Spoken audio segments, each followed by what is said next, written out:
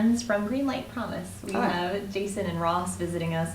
This is a G-Rock Rising taping that took some time, right, Ross? Yeah. Because we have so much going on here at G-Rock, as you know, by clicking around on our website. Lots of bands coming in, and then you actually had a bout with some sickness this season, but you fought it off. Yeah, I had SARS. I spent some time in Asia, so I was kind of concerned. But right now I'm back to. And there's no quarantines involved, and we're all safe not anymore. right now. It took a few months, but now I'm back to ready to go. Oh, that's good to know. Yeah. And you're safe definitely out there. You're a safe distance, so you can just Yeah. enjoy it from the pleasure of wherever you're watching us from. But the album Greenlight Promise has out right now. It's a full album, In a Right. Mirror That Lied the Truth. Great album, great website too. I want to say first and foremost, it looks pretty new. Thank right? you. Mm-hmm. Yeah. Greenlightpromise.com. Very clean, very easy to navigate. I like the TV. Yeah, little, thanks. Intro We tried to to make it blend with the album artwork. You know, we wanted it to have does. There's like a continuity with the theme. Yes. So, I mean, I guess that kind of, when you're thinking, you always have to be thinking marketing in that sense, right? Yeah. As a local band trying to stand out and really brand yourself, so that kind of goes along with the idea. Yeah, I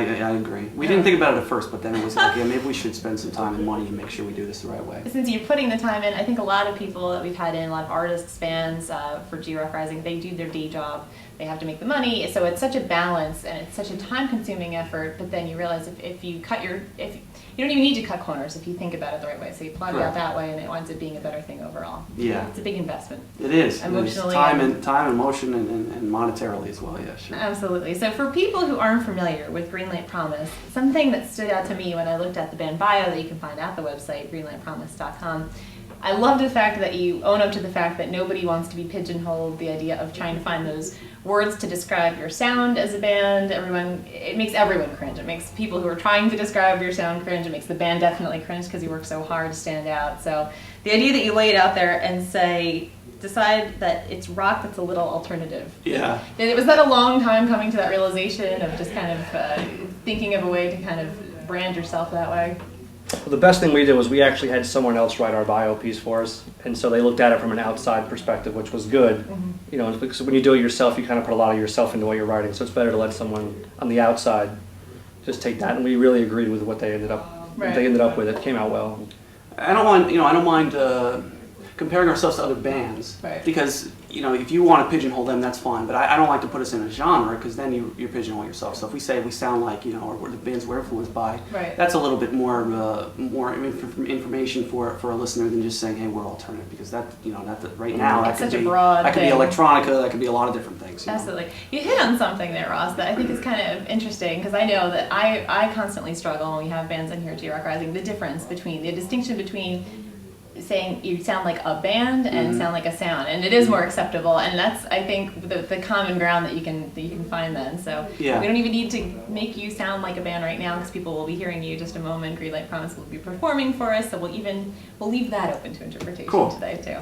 But something else that I know that you're veterans of as a band, kind of, we can say, you've done a decent amount of music festivals. It's something that's been around for a long time. I know European music festivals have been around for a long time. We had the traveling idea of Lollapalooza way back when. Now it's finally nice and stationary in Chicago, but it's really gained momentum here across the country in the last few years, I feel. I mean, there's some like jam bandy types that kind of opens up the door for a lot of different sounds of bands to get a forum that way. So you have done, as a band, one out in Harrisburg, the Millennium Music Conference, the Midpoint Music Festival in Cincinnati, and you've also done something called the Dewey Beach Music Conference and Festival as well. Correct. You definitely could be considered vets at this time. How has that experience been? That would be my first question for you. I think it's a great experience. I think that, especially New Jersey, the music scene is kind of limited, especially performing-wise. I mean, I think people in New Jersey, unfortunately, really want to hear cover songs, and that's a different market. It's a big struggle. Going and playing these festivals and conferences, etc.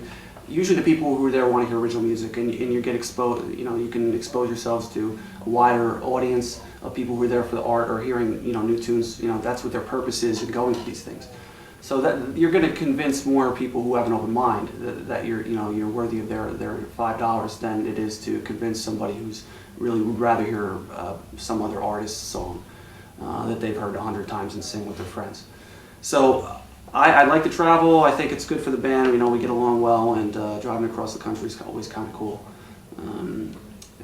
And I also think musically, I think it's a great experience. So you definitely would say it's a great tip for bands who might either just be starting out or looking for that exposure. Yeah. People come with that open-mindedness to these types of festivals, so you automatically have like a win-win situation in that sense. Yeah, I mean, the people that attend those kind of events are actually hungry for new bands anyway. Yeah. So they usually walk out buying your CD. And it's the best place to really put yourself out there. People are looking to hear new bands, and they know what they're going to see before they get there. They're not looking for guys that are covering everybody else's tunes. Yeah, so and not just tribute bands. Yeah, just yeah, material it's really that's cool. been done. No offense to tribute bands. Right, but every band has its place in that sense. The reason I ask you that, on top of just having your experience shared, is that we found out over the last recently that the idea of the violin music festivals happening here in New Jersey was a thing that was supposed to happen in Philadelphia, same concert promoters as Lollapalooza and Austin City Limits in Texas. So the interesting part of everything we just talked about here with you from Greenlight Promise is that we'll have that collision of worlds. We'll have a 3-day music festival happening in New Jersey, which hasn't traditionally been that spot for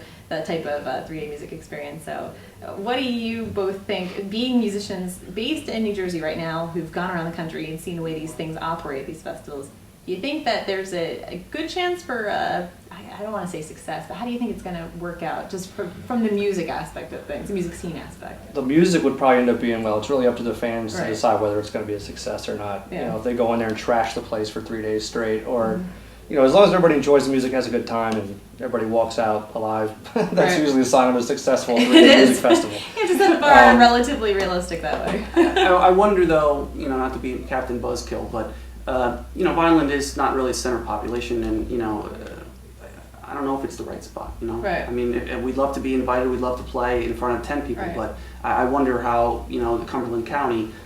You know, I'm not really sure if people are going to travel an hour and Right. a half down Route 55 to go see a show. I hope so. Right. You know, I'd love to have a better scene in New Jersey, and maybe this is a good first step. Right. I mean, they did have Lollapalooza here years ago. Right. Wow, when? Down at Waterloo When it was Village. traveling. Oh, wow, and Stanhope? Yeah. Yeah, we're old enough where we actually went to Lollapalooza. Yeah. There's plenty of people But it was watching Lollapalooza you 3. too who have that. Oh, you were stuff. 3.